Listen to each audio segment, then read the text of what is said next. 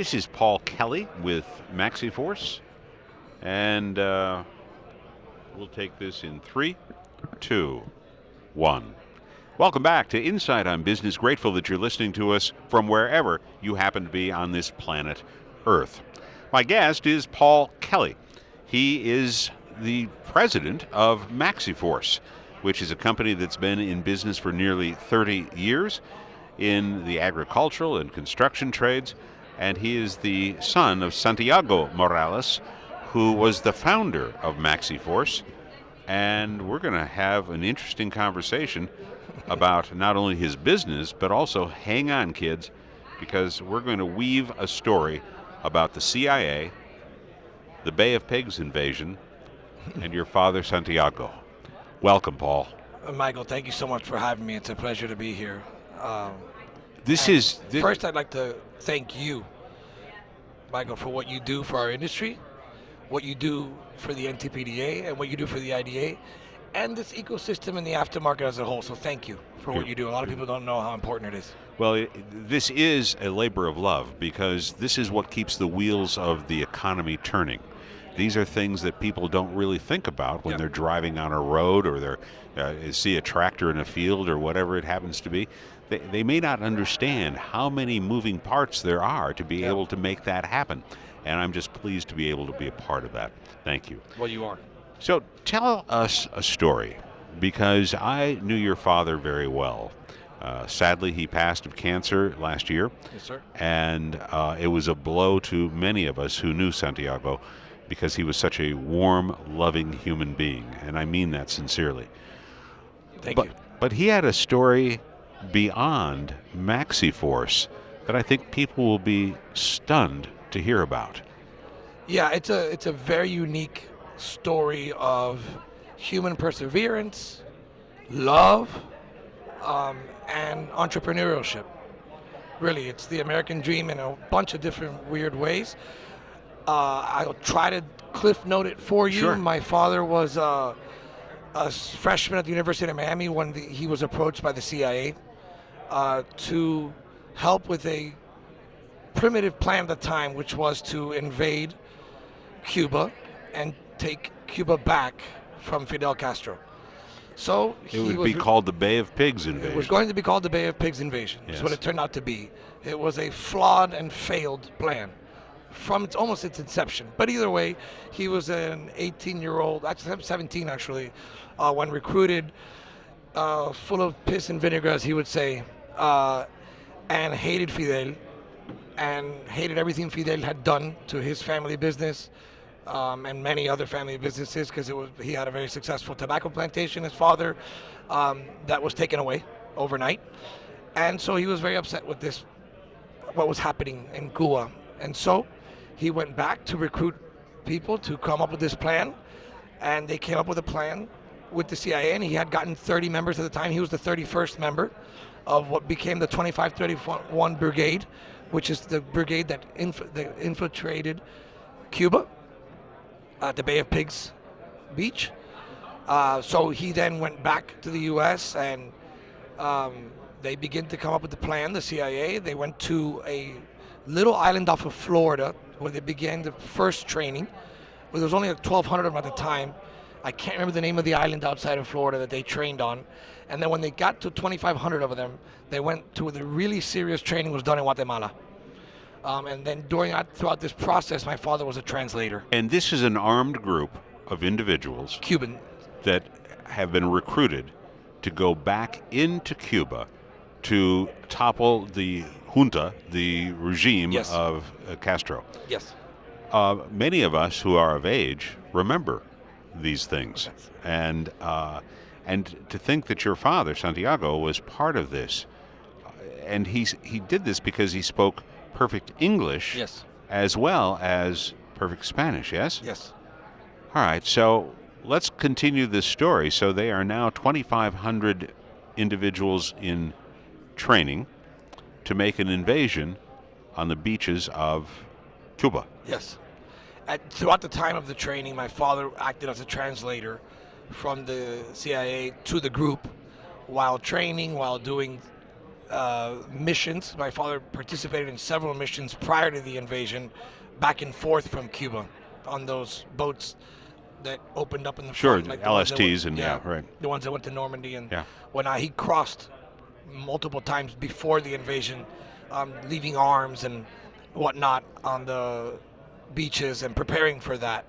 And then ultimately, when the invasion occurred, my father was already infiltrated in Havana. He actually, unfortunately, had to go to the fight,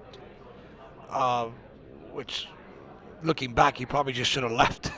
But that wasn't my dad.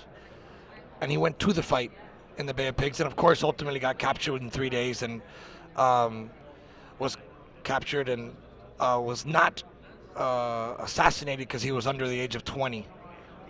There's a whole other story about my dad's birthday.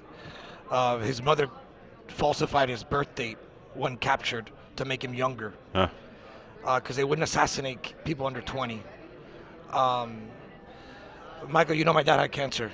The first day of chemo, we all went to the chemotherapy. And typical dad joke, which nobody gets. The lady said, "Sir, if you get nervous, or we have psychological assistance if need be." And he said, "What's your name?" You know, Betty. Firing squads made me nervous. Right. This does not make me nervous. All right. And so, but your father, Santiago Morales, was imprisoned for how long? 18 years. 18 years. Yes, sir. Yeah, he was a big problem for them. He orchestrated many hunger strikes. He escaped 3 times. The third time successfully made it to Havana. Was escaped for almost 4 months.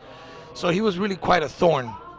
And so they kept him there as long as they could. He was released with the last 6, called the Forgotten Ones, Los Olvidados, in '79 due to Jimmy Carter's food for prisoner swap. Right. That he did with the last 6. That's how he was released. Amazing. And then we fast forward, not really fast forward, but then he comes from that environment and starts a company called Maxiforce. He actually started a company in '79 called Fast Enterprises First, which he dealt with a lot of people in the room in this building selling OE Caterpillar parts to Latin America. And then a gray market Caterpillar parts. That's how it started. Sure. Caterpillar cut that off in '82. He then began to buy from a company called Costex and Carodi Collier and a bunch of other companies in the aftermarket, selling aftermarket parts to Latin America. As the need for a translator, and my father spoke French, Italian, English, and Spanish, as the fax and the email started and websites, the need for a go-between in Miami was really dying down, and he needed a brand. And that's why 30 years ago, he started Maxiforce as his own brand of parts, and it started with John Deere, our John Deere aftermarket brand. And now you are in so many different worlds. So right now, Maxiforce sells for John Deere, Perkins, Cat, Cummins, Kubota, Yanmar, Mitsubishi. We're a complete internal engine overhaul kit focused engine solution. We have 4 locations in the United States, Los Angeles, 2 in Miami, and Anderson, Indiana, as our hub in the U.S. We sell in 90 countries in the world. Last year, we sold in 92 last year. So we really are a small company, but with a global reach. Paul Kelly, ladies and gentlemen, is our guest. He is the president of Maxiforce, based in Miami with locations all across the country. As you've grown up in this business, Paul. Yes, sir. Yeah. So half of my adult life I've been in this business. I do not count the unpaid child labor years where I was building cylinder kits in the mid-'90s, after school and in high school and in college summer breaks and all that. I never got paid for that. But full-time, I've been almost 20 years in the business, and child labor years, another 2 or 3. So, yeah, my adult life has been in this industry. And as you look at this industry, what changes have you seen in recent memory, and where do you think we're going into the future? The most significant change that I've seen over the especially last 5 years, is common rail engines. Common rail engines has really changed in our space, right? So I'm in the engine space. I don't do undercarriage, I don't do turbo, I don't do remanning of products. We're in the overhaul kit engine part business. And the most significant change I've seen that's really going to impact our industry is the common rail engine, the emission controlled engines. It is really uh, changing so fast every year as the OEs have tried to catch up to what they've needed to do on the emission standards, and they've made a lot of mistakes. They've made and because they're chasing this Euro 6/7 Yes. Stage 4 final. Here's Tier 4 final here. It's really changed the industry. It's changed the mechanics and the engine rebuilders. It's had to make them computerized, which is difficult. It's impacted the right to repair issue, which yesterday was addressed very well. Very well. But it's not over. The right to repair issue is something that is so important because they always want to control these engines, and they don't want the independent repair shop to be able to repair them. It's not fair to the repair shop. It's not right as the owner of the engine. It's not right to the industry to say you have to go and buy OE because you can't turn that thing on without our control. And so as we heard yesterday, it's illegal. Exactly. I mean, But that's Common Rail. Common Rail created the right to repair issue. oh. So when we talk about all of these things with internal combustion engines and Yes, things, sir. there's a huge move, as you know, to go electric. How will that impact your business, do you think? I honestly don't see it impacting the off-road equipment because we are Maxiforce. As Maxiforce is 100% off-road for the most part. We're 95% off-road. But if you look at everybody in this room today, they're probably 80% off-road, right? There is a lot of on-road truck if you talk about IPD or McBee, but the majority of us are off-road. I think the electrification of our industry will be last. Well, it's very difficult to have enough power to be able to move some of these pieces of Yeah, equipment. and I was in Iowa last week, and you're talking about a $500,000 combine in a field that's the size of a small town. Yeah, right. They can't charge that thing out in the middle of the field. Nor can, if you're building a highway in Kentucky, can you charge a dozer out in the middle of a empty asphalt field 100 miles from the next city. So I think we'll be last to happen. Will it happen? Maybe on some of the smaller equipment that we specialize in, potentially. But you have to drive power up, slow it down. Batteries aren't there yet. And the truth is there's not a need for it right now on the electrification. I think electrification on automobile will happen in a hybrid way. I potentially see it. I think fully electric is still probably, 2-3% of the automotive market now. So in our space, I don't see it affecting the industry for a long time. Paul Kelly, ladies and gentlemen, is our guest president of Maxiforce. You have been a long-term member. As a matter of fact, that's how I met your father, Santiago, years and years ago with the National Tractor Parts Dealer Association, and you've been a loyal member for years and years. What does associations like that or IDA mean to a business? It's the heartbeat of our industry, and people don't understand that sometimes. They want to complain a little bit about the size of a show or the value. To me, the NTPDA, the IDA, that is where we all discuss where we're at, where we're going, what kind of clients we have, where the industry is going, where our suppliers are coming from. These associations, from the NTPDA to the IDA, really to me are the heartbeat of our industry, of the aftermarket, right? Of where the aftermarket is going. You got to come here and check it out. This is where you find out.